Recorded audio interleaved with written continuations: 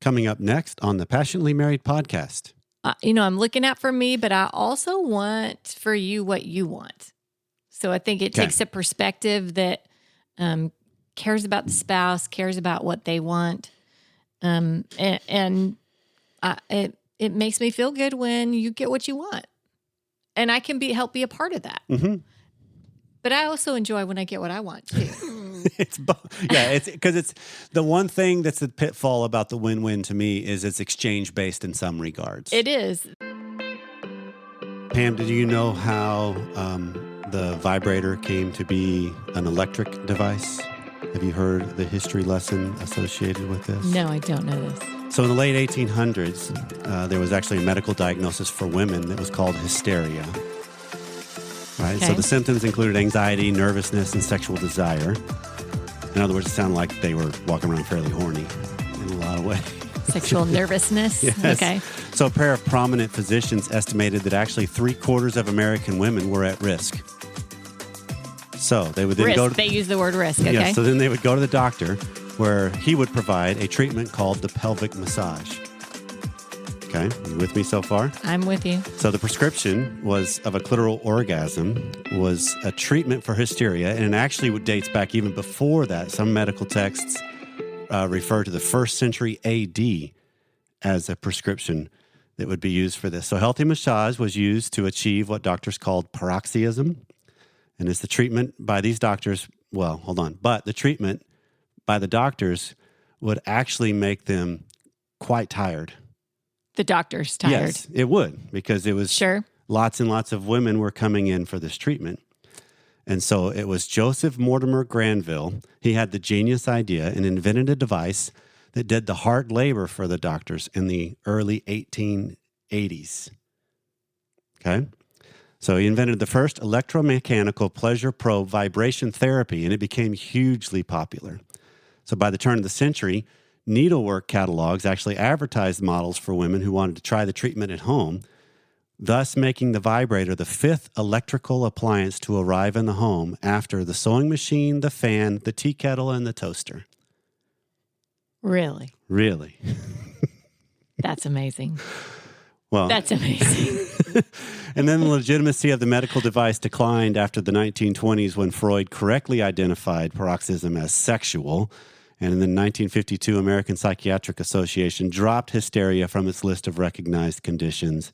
And then it just became what is now known as today. So that's funny. Well, welcome to Passionately Married, where history lessons right when we get started today.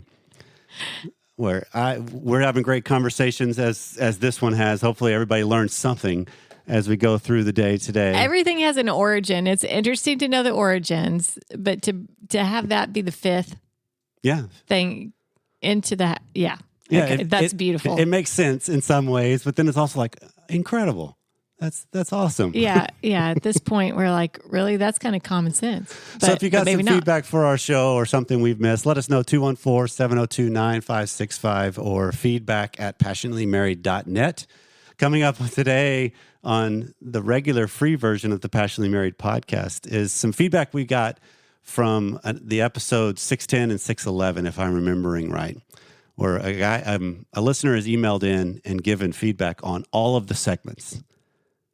And quite involved and very good. And so this is just going to help frame some dialogue, and then I'm going to build on it towards the end. Okay. And then on the extended content today, which is deeper, longer, and there are no ads, you can subscribe at passionatelymarried.net/academy. We're going to look at the sexual styles. There's 3 sexual styles that Schnarch proposed. And we're going to walk through what are the 3. Are any of them better than the other? Should we have something that we're striving for? All of that is coming up on today's show. Sounds good. So right out the gate, and this is an email that from the same gentleman all the way through. So this is, I thought you handled the issue regarding the porn struggle and the disclosure to the spouse that your advice was good overall. Right? So that's the 2 episodes from 610 and 611. The advice regarding his motives for disclosing was especially important. You added the following week that there's always great possibility that the non-disclosure will most likely be discovered by the spouse, which is an important caveat for the non-disclosing spouse to consider. However, I think it's very important to consider the best ways in which to disclose any infidelity in marriage, whatever it may be, that if it's going to be impactful, because this is my own little caveat here, all the stuff that we do that could impact our partner, we have to recognize can come out. And so being open about that and figuring out ways to bring them in on that is an important thing to consider, and also a path towards intimacy. So one must always consider what is best for the relationship.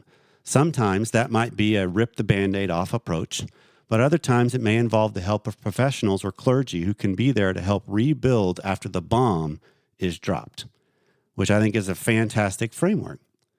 Because sometimes when we do have some things that we know are going to be impactful, how can I come up with a way that I've got some support for myself and my spouse? Sure.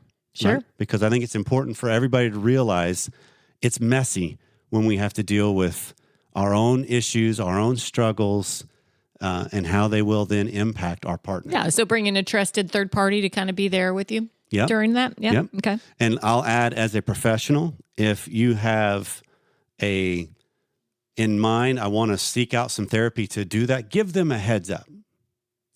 Give the professional some heads up. Don't surprise them with it. Right, because then you could have two people that are taken aback. And then it's real easy just as a professional to take sides. Sure. Because you can get out, I'll own it. A lot of emotion can sway my allegiance, even though I do everything I can to not. Sure. But we are human, and clergy is human. And so there's an element of recognizing as you go through this is important to realize, what am I using so that it's pro-marriage, it's pro-building our relationship, it's pro both of us having a chance to make a choice and seek what it is we want. Well, and this third party, no matter who you're dealing with, whether it's telling your spouse, a third party, whatever, that's going to help walk you through that, everybody is subject to their initial reactions. And sometimes our initial reactions are not the best thing, right? So any of us, if we've got time to think through something, especially if you're bringing in a third party to help you in this journey, giving them some time to seek counsel. If you're talking clergy or someone like that, give them some time to seek counsel on what's the best route to help with this as well. Absolutely, because the therapist may actually, or the clergy may actually I want to meet with you one-on-one first. Let's talk through this and let's game plan it. Because again, that's the idea of we're moving things so that they have the potential of a better relationship. Not to go back to 6:10, not to just unburden yourself. Right. Because that's the biggest dilemma that happens. Yeah. So then he keeps going. I think your advice to the guy who's struggling did not go far enough, though. And this is to the husband that's actually struggling with the pornography issue. Okay. Yes, by all means, enlist others besides his wife to help.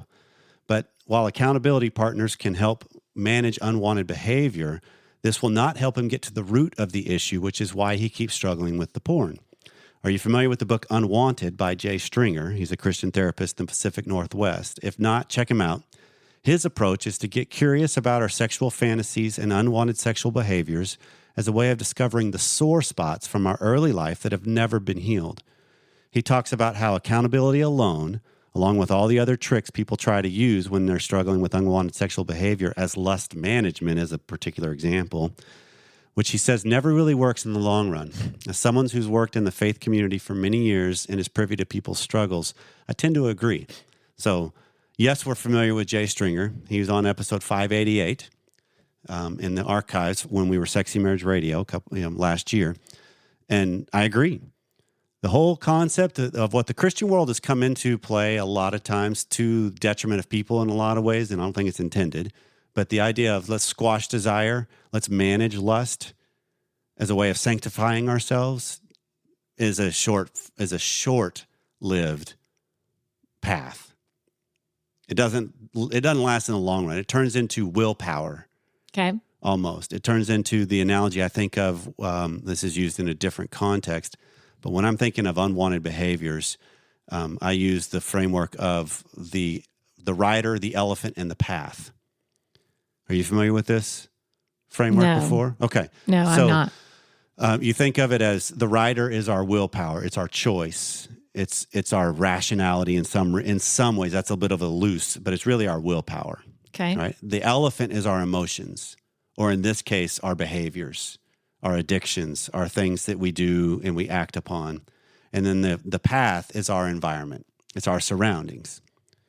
And so obviously, a life well lived most of the time is the elephant working in tandem with the rider and staying on the path. Okay. But as you're going along in life, if the elephant gets spooked by something in the environment, ain't nothing that rider's going to do to make it not go where it wants to go. And that's what happens a lot of times with willpower is we don't realize our willpower is incredibly weak over long periods of stretches of time. Okay. And so this is important to do the heavy lifting work, to look back at, okay, what am I really seeking out with these behaviors? We actually have an episode coming up in the queue on this particular subject, on pornography and dealing with healing and recovery too. So we're saying that willpower can get stronger?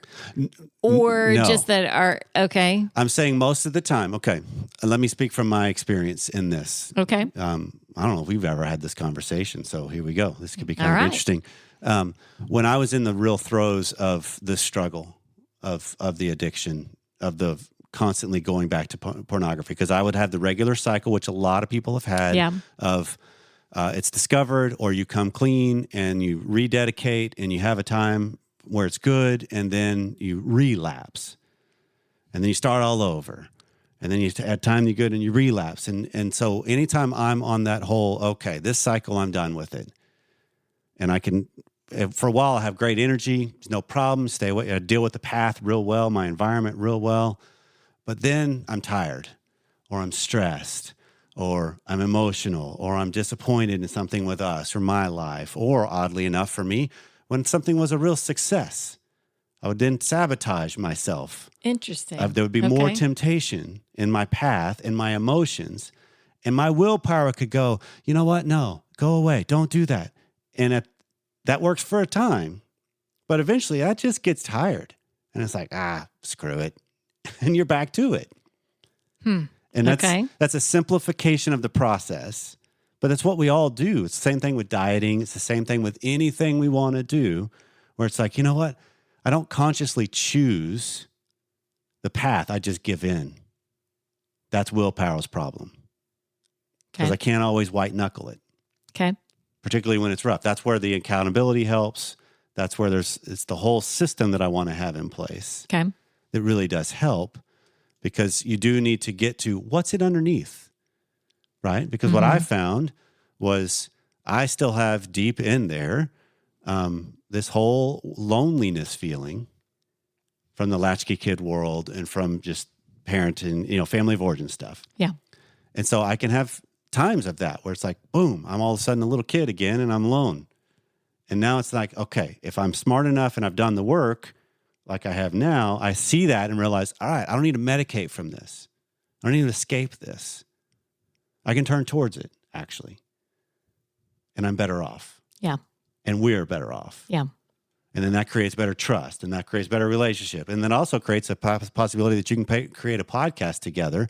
And 11 and a half years later, you tell your wife what the whole route's been like. Imagine that. So that's great thoughts. I love it.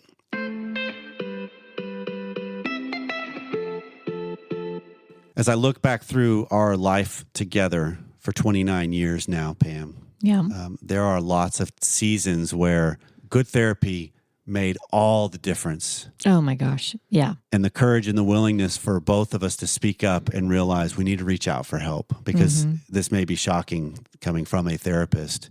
There were parts of my life where it's like, I don't want to seek help for that. I know I need to, though. So BetterHelp is one of those options that you can have that really does make life better. It can help deepen your awareness and your understanding, because sometimes we just don't know what we want or why we react the way we do until we can talk things through. And on a marital level, sometimes we don't recognize what the conflict really is. We're fighting about how you slice tomatoes a certain way, or why don't you follow the recipe exactly, rather than a deeper issue that's going on. Or why don't you follow directions in the car, right? Now you're meddling. Yeah. If you're thinking about starting therapy, give BetterHelp a try. It's entirely online. It's designed to be convenient, flexible, and suited to your schedule. You can just fill out a brief questionnaire and get matched with a licensed therapist. And you can even switch therapists at any time for no additional charge. So discover your potential and get out of your ruts with BetterHelp. Visit betterhelp.com/passionate and you get 10% off of your first month. That's BetterHelp, HELP.com/passionate. This is one therapist, once again, recommending other therapists because we all can need and benefit from help at different points in our life. So reach out and find someone for you. And then this is the last one I think that he points out, which is I think is really cool because he's talking about, this is where I want to build off of it. Okay.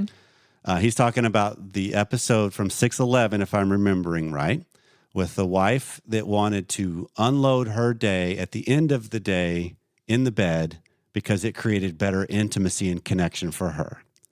And husband is like, I don't want to do it in the bed. I want to reserve the bed for other things, not that kind of feeling. He wants to do it at other points during the day, but he's also sort of checked out doing some other things as he's unwinding from the day. Yeah. Okay? So he says, in regards to the issues with the lady who wants to offload, I have a few thoughts. First, it's important to note that the husband seems to be able to offload each evening in the way he wants to, like checking out in front of the TV, playing games, which I assume she gets dinner and manages the kids. Don't know. Assumption. He then is ready for intimacy because he's kind of done the margin work, if you will.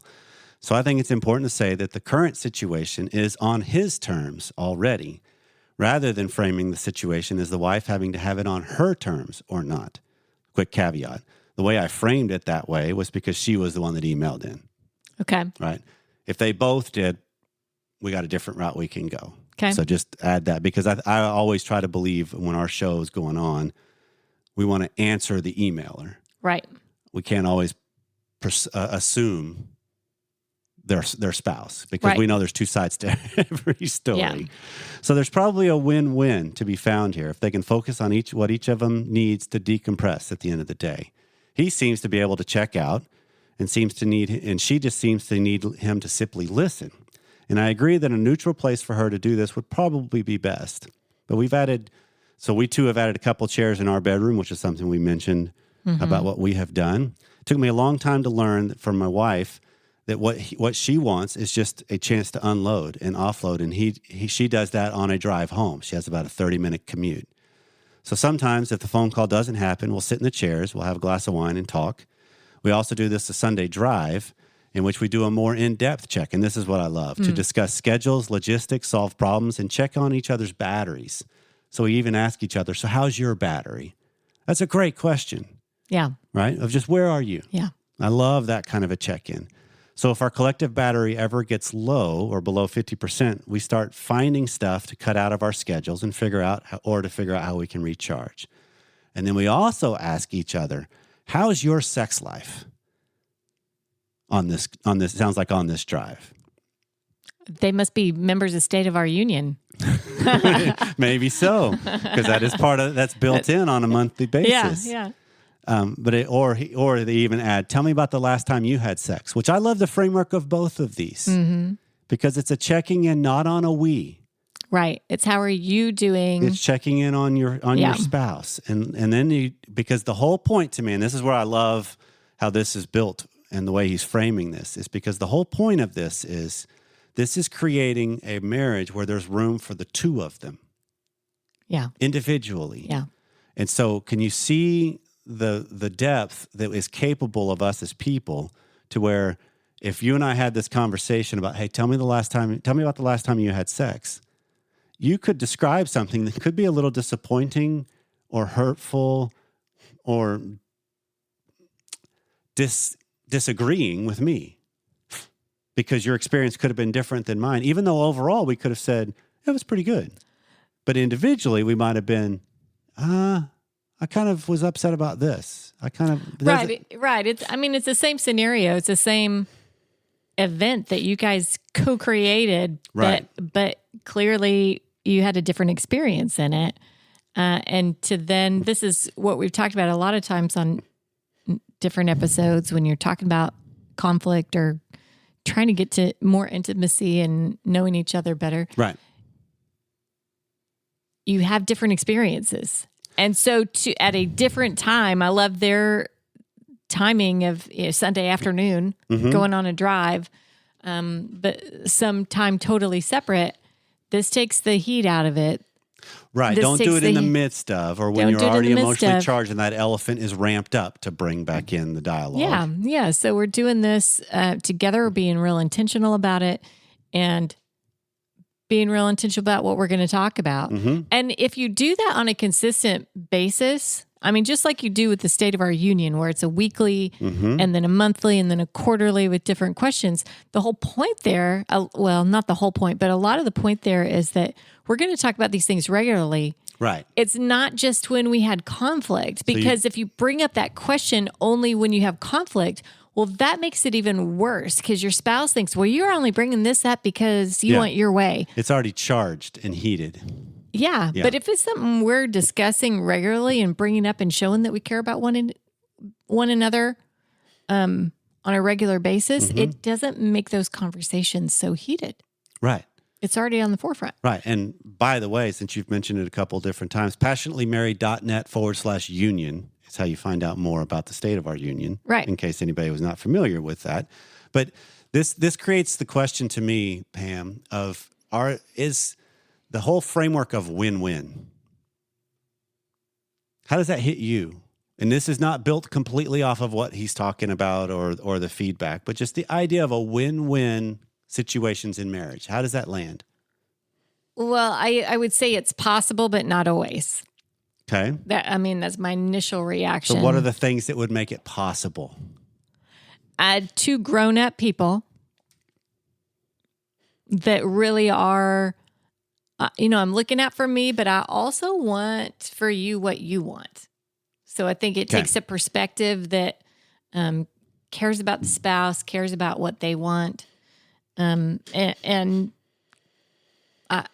makes me feel good when you get what you want. And I can help be a part of that. Mm-hmm. But I also enjoy when I get what I want too. It's because it's the one thing that's the pitfall about the win-win to me is it's exchange based in some regards. It is. That's why I'm not saying it's something that can happen all the time. I think there are scenarios where you can have a win-win, but it's probably not. It's not going to be all the time. Right. Well, in the long run, those moments could produce the win-win because I think the win-win it's all contingent on the framework of how you're operating. Because the goal of marriage, in a lot of ways, if we were to simplify this, is to work out your differences and create room for both spouses to thrive together and independently. Yeah. Right? Because marriage creates a container. So it's not just about getting your way, but it's also about getting your way. Okay. Right? Okay. Because it's getting your preference. It's seeking what you want. It's the collaboration to create something bigger and better for both. So there's room for both of you in this relationship. And I think that's the whole framework of the idea of, okay, whose side gets to win out? And that's where I think that terminology immediately turns it into, well, then I must win. Rather than how do we win? Sure. Well, and there's some topics that you're both going to be on the same page. We both do win because we're both heading toward the same goal. True. Sometimes you're not heading toward the same goal. Right. And so when I'm faced with those issues, then I think our focus is we have to choose between the discomfort of our growing and getting what we want or not, right? Mm-hmm. And the discomfort of not growing, which is a tension that's going to continue to remain in place. Yeah. Right. Go back to this idea of if it's on her terms or she doesn't get her terms, there's tension either way she goes. There's tension either way he goes. True. And so he can either look at it as, this is the husband in this case, well, I get the way to offload during my day. I already get that. But he has a wife that might be saying, I want to do it this way, which there's tension. Well, and the thing I'll go back to the very beginning of this, he's saying that the husband looks like he's taking care of his. It sounded like that was more decompressing. I get the impression is she wanting to offload and discuss about them and conflicts they have, or is she just wanting to unpack the day? I think it was both. From what I remember, I did not go back and look at the email. Yeah, because that's different than him. Okay, I can decompress with some TV and I'm taking care of my thing. Well, that's not addressing issues within the relationship. Right. So, are we talking apples to apples with the way the husband was doing it with what But what there is she's still looking for, I don't importance know. to the margin of, you and I face this. When you come home from a work day or when I come out from after session, it's how do you re-engage with the environment you're in now? Because you're in one mode, one way, and then you come home and it's a different arena. And so a lot of times it's really difficult. I remember this from way back that in the dichotomy between the masculine and feminine energies, that you in your job would be in the masculine a lot, taking care of things, solving problems, being on top of stuff, tracking stuff down, managing things. And when you would come home to a household where I didn't have things in order and things set and in place, if not already happening, you had to stay in your masculine when you walked in. But if you come home and I've got dinner plans or dinner being made or just a welcoming environment with music on or a candle or you're just different, you are a different person walking in. Yeah. So there's this transition that's a simplification of what we're talking about. But it is. But then there's the flip side of now I have that recognition of how I would walk in that environment. And now there's also a goal, at least, of a changing in me to walk in the door differently. Okay. And that's because the whole concept also, another caveat to add to this is when we see something, we can change it. If we don't see it, we can't change it. Yeah. And so a lot of what I believe we do as a show and what I do a lot as a therapist even is I help couples and individuals, and our show does this, frame things so you can see it differently. Because when you see it, you can change it. Exactly. If you don't see it, there's no way you can change it because you don't even recognize. You're just more on the side of, how do I get this pain to go away? How do I get this frustration to go away? And you don't even recognize your culpability in it. Yeah, see it, accept it, and decide to make a change. I might see it and deny it. Right? That's fair. I think there's a fair amount of people out there that Well, so this leads to the best way we can land this conversation for the regular content today. Okay. And this is a phrase from Jennifer Finlayson Fife that I came across from her. Okay. That says, really loving well asks us to rise above our self-justification and comfort, grow beyond our self-deceptions and entitlement, transcend our egos, and act with deeper honesty and courage. Really loving well not only makes your marriage stronger, it makes you stronger. Yeah, I can't disagree And I think with if we look at all of the different things we've talked about recently and the guests we've had on recently are all in this vein. Mm-hmm. If it's making you stronger and your marriage stronger, you're on the right path. Yeah. If one of those is hurting, that's where you need to start seeing it better to change that. As a quick tease for those that, if you heard the extended content, then you already know the answer to this question. But if you didn't catch the extended content, passionatelymarried.net/academy is how you can join to get those later. What style are you? This is to the audience, not to you, Pam. Oh, okay. All right. Although, no. Well, that's just between us. It's nobody else's business what my style is. That's fair. But it's because we want to try to have upfront, honest conversations about how to frame what goes on in married life. Yeah. Because when we can see what's going on better, we can do better and not be victim to routine or just comfort of the tyranny of the lowest common denominator, which is what we all so easily can do. Well, if you like the show, help us out by leaving a review on Apple Podcasts. If you leave a comment and we use your comment on the show, we hook you up with a gift from us, which is totally worth it. Your comments help us spread the word about the show, and they help others frame their conversations. Transcripts are available in each of the show notes on the episode's pages. All the advertisers' deals and discount codes are also available on each of the episode's pages at passionatelymarried.net. Please consider supporting those who support the show. So as you've been going through the time with us today, as the members of the nation, whatever stood out to you, please let us know. Start the conversation on YouTube, email us, on Instagram if you're seeing a clip. However you find us, thank you for hanging out with us. And we'll see you next time.